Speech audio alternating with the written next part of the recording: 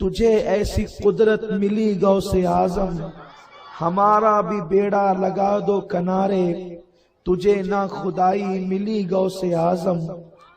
मेरे प्यारे आका सल्लल्लाहु ताला अलैहि वसल्लम के प्यारे दीवानों, 11वीं वाले बड़े पीर साहब का महीना चल रहा है और पूरी दुनिया के अंदर आशिकाने गौसुल वरा सरकार गौसियत माब रदी अल्लाह ताला अन की बारगाह में खिराज अकीदत पेश कर रहे हैं। और आज हमने भी अपने आका व मौला सरकार कादरियत सैयदना शेख अब्दुल कादिर जिलानी गौसे पाक रदी अल्लाह ताला की महफिल सजाई है। मैं चाहता हूं कि बहुत संजीदगी के साथ आप मेरी गुफ्तगू की तमहीद को समाअत करें। ये गौस पाक के डंके बजाना, ये गरीब नवाज का उर्स मनाना, मखदूम अशरफ का दम भरना, वारिसे पाक के नारे लगाना, इमाम अहले सुन्नत की बातें करना, औलिया अल्लाह के तस्करे करना, आखिर ये क्या चीजें हैं? क्या हमारे लिए अल्लाह काफी नहीं है? हमारा अल्लाह तो वो है जो कुन फरमाकर कायनात को पैदा करता है।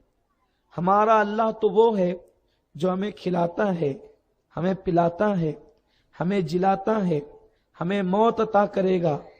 फिर जब हमारी हड्डियां मिट्टी खा जाएगी तो फिर उसी मिट्टी से अल्लाह हमें फिर पैदा फरमाएगा।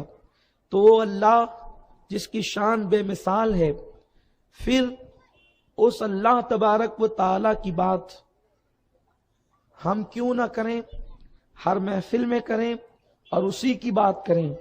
दूसरों का जिक्र क्यों गौस पाक का जिक्र, क्यों गरीब नवाज का जिक्र, क्यों वारिसे पाक का जिक्र, क्यों जिंदा शाह मदार का जिक्र, क्यों सैयद शादात का जिक्र, क्यों वारिसे देवा का जिक्र, क्यों महबूब इलाही का जिक्र, क्यों कुतुबुद्दीन बख्तियार काकी का जिक्र। ये सब जिक्र करेंगे तो अल्लाह से दूर हो जाएंगे, अल्लाह तबारक व ताला का कुर्ब नहीं मिलेगा। ये सारी गलत फहमियां दिमाग में है। देखो, अगर यही बात है कि अल्लाह ही अल्लाह करना है, तो फिर अल्लाह तबारक व ताला ने कुरान मुकद्दस में ये क्यों फरमाया, या अय्युहल्लदीना आमनुत्तकुल्लाह वब्तगू इलैहिल वसीला। आप गौर करें, मैं अहले इल्म की तवज्जो चाहता हूं, संजीदा तबीयत लोगों की तवज्जो चाहता हूं और अक्लमंदों की तवज्जो चाहता हूं, ताकि उम्मत से इख्तिलाफ खत्म हो। इस वक्त पूरी दुनिया के अंदर उम्मत एक दूसरे के साथ दस्तक बगिरेबन है। आज उम्मत को इत्तेहाद की जरूरत है, इसलिए कुरान की सही तालीमात हमारे सामने आनी चाहिए ताकि उम्मत से झगड़े दूर हो, फसादात दूर हो। ये उम्मत पूरी वहदत के साथ, इत्तेहाद इत्तेफाक के साथ रहे। जिसका रोना डॉक्टर इकबाल ने रोया, हरम पाक भी कुरान भी अल्लाह भी एक, हरम पाक भी कुरान भी अल्लाह भी एक, क्या बड़ी बात जो होती कि मुसलमान भी एक। मुसलमानों को आज सही अकीदे पर, सच्चे अकीदे पर, सहाबा और सवाद आजम के अकीदे पर मुत्तहिद होने की जरूरत है।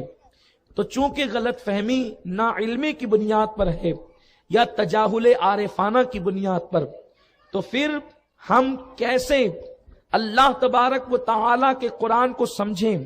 कुरान को अगर हम अपनी दिमाग की और अपनी लियाकत की बुनियाद पे समझने की कोशिश करेंगे तो गुमराह हो जाएंगे, क्योंकि कुरान कहता है युदिल्लु बिही कसीरम व यहदी बिही कसीरा। बहुत लोग इसी को पढ़कर गुमराह होंगे और बहुत इसी से हिदायत पाएंगे। अल्लाह ने पहले गुमराह होने वालों का जिक्र किया, हिदायत पाने वालों का जिक्र बाद में किया। मेरे प्यारे आका अलैहिस्सलाम के प्यारे दीवानों, कुरान के आये करीमा पे गौर फरमाए। मेरा अल्लाह फरमाता है, या अय्युहल्लदीना आमनुत्तकुल्लाह, ऐ ईमान वालो अल्लाह से डरो।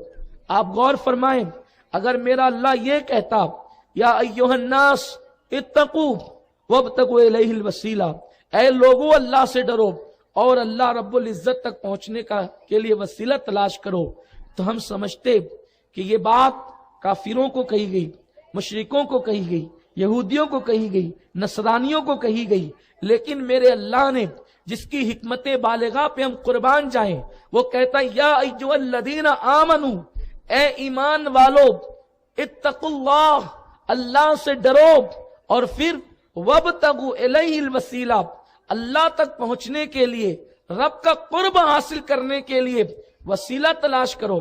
اب آپ دیکھیں، یا ایھا الذین آمنو میں کلمہ لا الہ الا اللہ آ گیا، محمد الرسول اللہ بھی آ گیا، یعنی ایمان لے آئے تم قیامت پر، حشر نشر پر۔ اتقوا اللہ میں اس کا معنی ہوتا ہے تقوی کے، ایمان والو اللہ سے ڈرو اور تقوی اختیار کرو۔